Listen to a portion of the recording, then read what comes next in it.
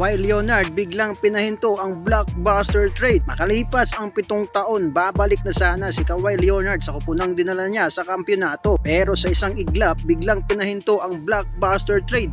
At ang dahilan ay hindi injury, hindi physical examination, kundi isang controversial na $28 million deal na iniimbestigahan ngayon ng NBA. Noong June 30 nga, lumabas ang balitang nagkasundo na umano ang Toronto Raptors at Los Angeles Clippers sa isang napakalaking trade. Sa proposed deal, babalik si Kawhi Leonard sa Toronto habang matatanggap naman ng Clippers na Brandon Ingram at Grady Dick kasama ang 2 future first round picks, isang pick swap at 2 second round picks. Pending pa noon ang physical examination at iba pang requirements bago tuluyang maging opisyal ang trade. Para sa Raptor fans, hindi lang ito simpleng trade. Ito sana ang pagbabalik ng player na nagbigay sa Toronto ng pinakamahalagang sandali sa kasaysayan ng kanilang franchise. Noong 2019 kasi, isang season lamang naglaro si Kawhi para sa Raptors. Pero sapat iyon para dalhin niya ang kupunan sa kauna-unahang NBA championship nito. Siya rin ang naging finals MVP bago siya lumipat sa Los Angeles Clippers matapos ang nasabing season. Kaya nang pumutok ang balitang babalik siya sa Toronto, agad na nabuhay ang pangarap ng mga fans. Isipin ang kombinasyon ni Kawhi Leonard at Scottie Barnes, 2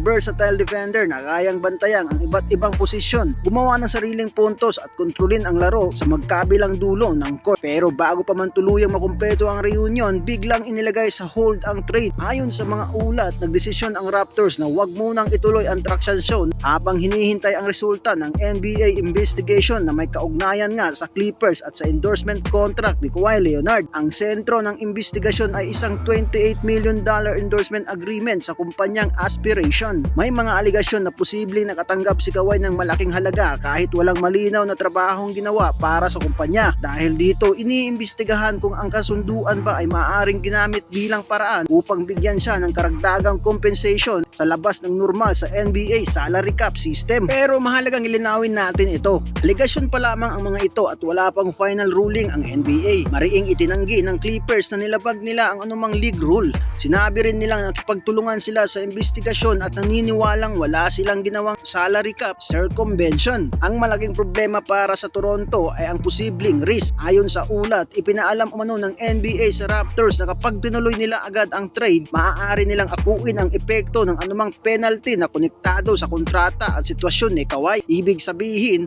maaaring makuha ng Toronto ang superstar pero posibleng kasama rin nitong dumating ang isang legal financial na sakit sa ulo. Kaya mas pinili ng Raptors na hintayin muna ang resulta ng investigation kaysa isugal ang kanilang players, draft picks at hinaharap na franchise. Sa ngayon, hindi pa cancelled ang trade. Nakahold lamang ito habang nagpapatuloy ang investigasyon. Pag nalinis ang pangalan ni Kawhi at ng Clippers, posible pa rin matuloy ang kanyang pagbabalik sa Toronto. Pero kapag may nakitang paglabag ang NBA, maaaring magkaroon ng penalties, mawala ang kasalukuyang trade package o tuluyang umatras ang Raptors sa deal. Dito, nagiging mas interesting ang sitwasyon. Dapat talagang isugal ng Toronto ang future nito para sa isang 35-year-old superstar na may injury history. Pero napatunayan ng kaya silang dalhin sa kampyonato. Para naman sa Clippers, ito na ba ang senyales na tapos na ang Kawhi Leonard era sa Los Angeles? Isang trade na sana ay tungkol sa reunion at championship dreams ang biglang naging isa sa pinakamalaking misteryo ngayong NBA offseason.